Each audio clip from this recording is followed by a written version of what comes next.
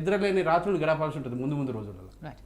So Venkatareddy గారు, సరే పులి వచ్చిందా బోన్ వచ్చిందా ఏదనేది పక్కన పెడితే, నిన్న ఏఐసిసి అధ్యక్షులు ఖర్గే గారు కూడా మాట్లాడుతూ బీజేపీ మీద కూడా విమర్శలు చేశారు. అంటే బీజేపీ ఎప్పుడు కూడా దేవుడి పేరుతో మత రాజకీయాలు ఇవన్నీ కూడా చేస్తూ ఉంటుంది. ఇప్పుడు కూడా కొత్తగా దేవుడి పేరుతో డ్రామాలు ఆడుతున్నారని బీజేపీ మీద కూడా చేశారు. సో బీజేపీ మీద ప్రతిసారి ఇదే విమర్శలు వస్తూనే ఉంటాయి. ఇక్కడ ఉన్నప్పుడు బీఆర్ఎస్ పార్టీ కూడా అదే విమర్శలు చేసింది గతంలో, ఇప్పుడు కాంగ్రెస్ పార్టీ కూడా అదే చేస్తుంది. రేపు పార్లమెంట్ ఎలక్షన్స్లో కూడా ఇదే వ్యూహంతో బీజేపీ ముందుకెళ్ళబోతోంది అనేది వాళ్ళు ఎస్టాబ్లిష్ చేస్తున్నారు. సో దీనికి సంబంధించి ఏం చెప్తారు? అందరికీ నమస్కారం. ఇప్పుడు ఏంటంటే ఒక కాంగ్రెస్ పార్టీ వాళ్ళేమో బోన్ రెడీగా ఉందని చెప్పి అంటున్నారు, మరి టీఆర్ఎస్ పార్టీ వాళ్ళేమో పులి బయటకు వస్తుందని చెప్తున్నారు. ఆట మొదలైందంట, ఆట మొదలై ఒక 60 రోజులు అయింది. మళ్ళీ ఇంటర్వ్యూలు వచ్చింది అక్కడనే. ఆ ఇంటర్వ్యూల్లో మరి ఏం చేయాలో కూడా అర్థం కాక ఏదో మరి నోటికి వచ్చి మాట్లాడుతూనే ఉన్నారు. ఇక్కడనేమో పులి వచ్చిందని చెప్పారు. మొన్నటివరకు పులి 10 సంవత్సరాలు తిరిగింది.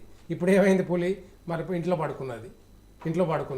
ఆ పులిని పట్టుకోవడానికి మరి ఆట ఆపడానికి భారతీయ జనతా పార్టీ ఇక్కడ తెలంగాణలో రెడీగా ఉంది.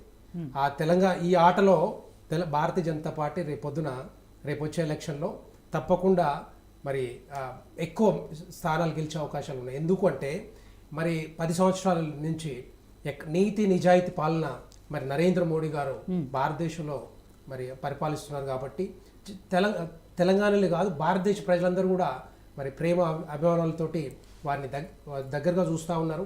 ఎట్టి పరిస్థితుల్లో మరి భారతదేశంలో ప్రధానమంత్రి నరేంద్ర మోడీ గారు ఉండాలనే ఒక ఆలోచనతోటి ఇప్పుడు తెలంగాణ ప్రజలు కూడా ఆలోచిస్తున్నారు, భారతదేశ ప్రజలు కూడా ఆలోచిస్తున్నారు. అందుకనే ఇప్పుడు మన భవ్యమైన దివ్యమైన రామ మందిరం కడితే మరి ప్రాణ ప్రతిష్టకు కాంగ్రెస్ పార్టీ నాయకులు దీన్ని అడ్డు పెట్టుకొని మతం పేరుతో చేస్తున్నారని చెప్పి అడ్డు పెట్టుకొని దానికి హాజరు కాకుండా, దానికి వెళ్ళకుండా, మరి దాన్ని దాని దగ్గరలో పోకుండా మరి వాళ్ళకి అంటే దానికి ప్రాణ ప్రతిష్టకు అటెండ్ కాకపోతే మరి తెలియదా వాళ్ళకి? రేపొద్దున 85% హిందూ ప్రజలున్న భారతదేశంలో మన కనీసం ఆ ధర్మం కూడా మనకు ఉండదా? ఎందుకు వెళ్ళలేదు వాళ్ళు? మరి ఇన్వైట్ చేసినా కూడా, వాళ్ళని రమ్మని చెప్పినా కూడా మరి పోకుండా ఏదో మతం పేరుతో చేస్తున్నారని చెప్పేసి మరి వెళ్లకుండా మరి కాంగ్రెస్ పార్టీలు చూస్తున్నారు. కానీ ఎప్పుడైనా కూడా భారతీయ జనతా పార్టీ ఆ విధంగా ఆలోచించదు. ఎప్పుడు కూడా మతం పేరుతో ఎప్పుడు కూడా ఆలోచించదు. ఎప్పుడైనా అంటే ఇది 550 సంవత్సరాల నుంచి వెయిట్ చేస్తున్న ఏదైతే అయోధ్య రామ మందిర నిర్మాణం, మరి భవ్యమైన దివ్యమైన రామ మందిరం కట్టుకోవాలని ఒక ఆలోచనతోటి మరి అప్పటి నుంచి ఇప్పటివరకు కొట్లాడి ఎంతోమంది మరి చాలామంది కొట్లాడు పాపం ప్రాణాలు కూడా కోల్పోయారు. సో అట్లాంటి సిచ్యువేషన్లో కూడా దాన్ని కూడా రాజకీయం చేయడం ఏంటి? అది ఏంటంటే కాంగ్రెస్ పార్టీ రేపొద్దున మళ్ళీ ఎలక్షన్లో మళ్ళీ మతాన్ని అడ్డు పెట్టుకొని మళ్ళీ గెలిచే అవకాశాలు ఉంటాయని చెప్పేసి దాన్ని మరి వెళ్లకుండా వాళ్ళు ఉన్నారు. సో అందుకని ఇక్కడ భారతీయ జనతా పార్టీ ఎప్పుడు కూడా మతతత్వ పార్టీ కాదు. ఇక ముఖ్యంగా టీఆర్ఎస్ పార్టీ గత 10 సంవత్సరాలు చూసినాం. ఏం చేసింది? గత 10 సంవత్సరాల నుంచి ఏమైనా అభివృద్ధి చేసిందా? ఎక్కడైనా ఎంప్లాయ్మెంట్ ఇచ్చిందా? ఎక్కడ నీళ్ళు వచ్చినాయా? మరి అన్నిట్లో అన్ని వ్యవస్థల్ని అన్ని రంగాల్ని సర్వనాశనం చేసింది టీఆర్ఎస్ పార్టీ, బీఆర్ఎస్ పార్టీ. మళ్ళీ ఇప్పుడు వచ్చేసి మళ్ళీ రేపొద్దున మళ్ళీ ఎలక్షన్లో గెలవాలని ఏదో మాటలు చెప్పి కళ్ళబొల్లికి మాటలు చెప్తా ఉన్నారు కేటీఆర్, హరీష్ రావు గారు. సో అట్లాంటిది ఇవన్నీ కూడా తెలంగాణ ప్రజలు నిశ్చితంగా ఆలోచిస్తూ ఉన్నారు. రేపొద్దున తెలంగాణ రాష్ట్రంలో ఓన్లీ భారతీయ జనతా పార్టీ గెలుస్తుంది. మీరు చూసారు మొన్ననే రామ మందిర మన రాముడి ప్రాణప్రతిష్ఠ సందర్భంగా ప్రతి ఒక్కరు అంటే మతాలకు అతీతంగా, పార్టీలకు అతీతంగా అందరూ కూడా మరి రామ మందిరం దాంట్లో చెప్పాలంటే ప్రాణప్రతిష్ఠలో పాల్గొన్నారు. అంటే దాన్ని బట్టి చూస్తూ ఉంటే ఏంటంటే రామ మందిరం అనేది పార్టీలకి సంబంధం లేదు. రామ మందిరం అనేది పార్టీలకు సంబంధం లేదు కనుక వీళ్ళందరూ కూడా వెంకటరెడ్డి గారు వాళ్ళు చెప్పేది కూడా అదే, పార్టీకి సంబంధం లేదు కానీ దాన్ని బీజేపీ ఆపాదించుకుంటుంది, మేమే చేసాము అనేదే కదా. ఆపాదించుకోవట్లేదు. గ్రామ పంచాయతీ ఆఫీస్ ఓపెన్ చేసినప్పుడు పొలిటికల్ లీడర్ లెటర్ స్పీచ్ ఇస్తారో రాముని దేవాలయం ఓపెన్ చేసినప్పుడు మోదీ గారు రాముడు అనే దేవుడిని వీళ్ళే పుట్టించినట్టు మరి మీరు ఎందుకు వెళ్ళలేదు? మరి మీరు ఎందుకు వెళ్ళలేదు? మీరు పిలిస్తే పోవాల్సిన అవసరం లేదు. శంకరాచార్యులు ఎందుకు పోలే? దేశంలో మెజారిటీ రామాయణం రాముడు సాధువులు పోలే. వీళ్ళే రాముడిని గుర్తించినట్టు కొత్తగా రాముడిని తీసుకొచ్చినట్టు ఎన్ని సంవత్సరాల నుంచి మీరు ఎందుకు కట్టించలేదు? పోనీ మీరు కట్టించేది మీరు కాదు కాదు. ఇప్పుడు కాంగ్రెస్ పార్టీ టీఆర్ఎస్ పార్టీ ఎందుకు దాని కట్టించలేదు? నేపథ్యం దాని కథ ఇప్పుడు గణతంత్ర పార్టీ కాదు అదంతా separate topic, వేరే విషయం. వీళ్ళ అతిపెద్ద మోసం ఏంటంటే బీజేపీ మతతత్వ పార్టీ కాదంటే పెద్ద మోసం అసలు ఎట్లా చెప్పండి? మరి మీరు అనేది ఏంది? 80% ఉన్న హిందువులు మరి BJP వాళ్ళ కోసం మరి కట్టించొద్దా? వాళ్ళ కోసం కట్టించొద్దా అంటున్నా. రామ మందిరాన్ని వాళ్ళ కోసం కట్టించాలి. మరి మీరేం తీసుకోలేదు? మీరు ఎందుకు స్టాండ్ తీసుకోలేదు? స్టాండ్ తీసుకో. సీతమ్మ వారిని అక్కడ నుంచి నరేంద్ర మోడీ అక్షింతలు మన రామాలయం ఉన్నాయి. మన పుట్టిన ముందు రాముడు, మన తాతలప్పుడు రాముడు, మన ఇంటికాడ గుడి ఉంది, మన రాముడిని పూజిస్తారు. కానీ హిందువులు అనే వాళ్ళకి నరేంద్ర మోడీ వచ్చినాకనే రాముడు చూపించాము. మీకు ఆ సోయి లేకనే ఎన్ని సంవత్సరాల నుంచి ఆ సోయి లేకనే ఇప్పుడు కట్టించలేదు.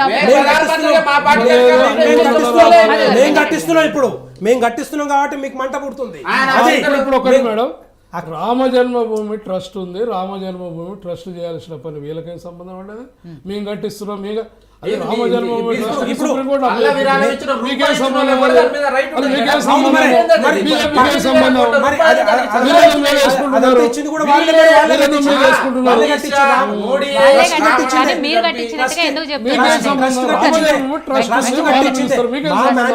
ట్రస్ట్ కట్టించింది అదంతా కూడా నరేంద్ర మోడీ రాముని తీసుకొచ్చిండు. అట్లా ఉంది.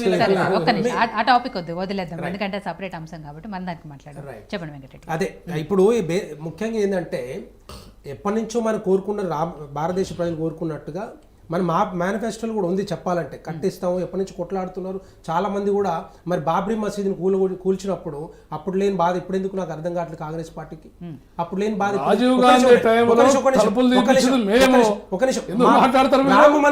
రామ మందిరాన్ని అప్పుడు కూల్చినప్పుడు మరి వాళ్ళకి బాధ అప్పుడు లేని బాధ ఇప్పుడు ఎందుకు?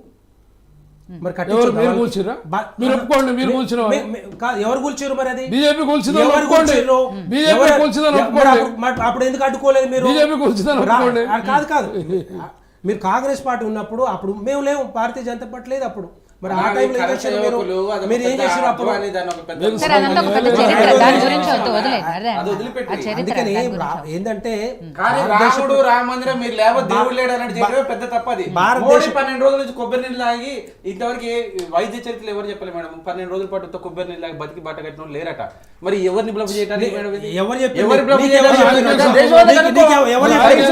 చెప్పారు నీకు? కొబ్బరి నీళ్ళు అవును, అఫీషియల్ స్టేట్మెంట్ పిఎంఓ నుంచి అఫీషియల్ స్టేట్మెంట్ చెప్పాడు. 12 రోజుల నుంచి ఈయన పెద్ద ధ్యానంలో ఉన్నాడు, మొత్త కొబ్బరి నీళ్ళు తాగిండు.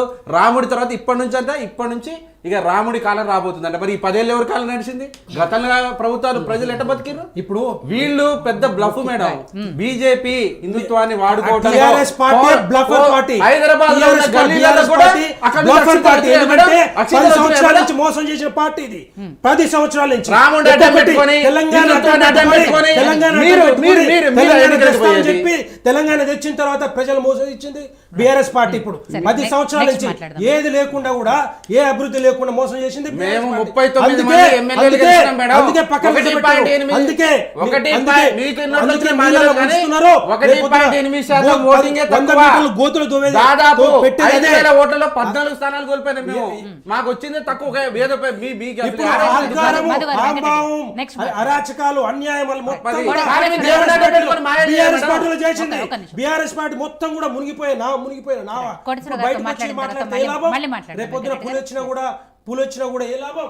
రేపొద్దున భారతీయ జనతా పార్టీ ఉంటుంది తప్ప వేరే ఏ పార్టీ కనిపించదు భారతదేశంలో తెలంగాణ రాష్ట్రంలో కూడా. ఒక నిమిషం ప్లీజ్ దయచేసి. కోటేశ్వరరావు గారు, పులి బయటకు వచ్చిందని టీఆర్ఎస్ వాళ్ళు ఆట మొదలైంది.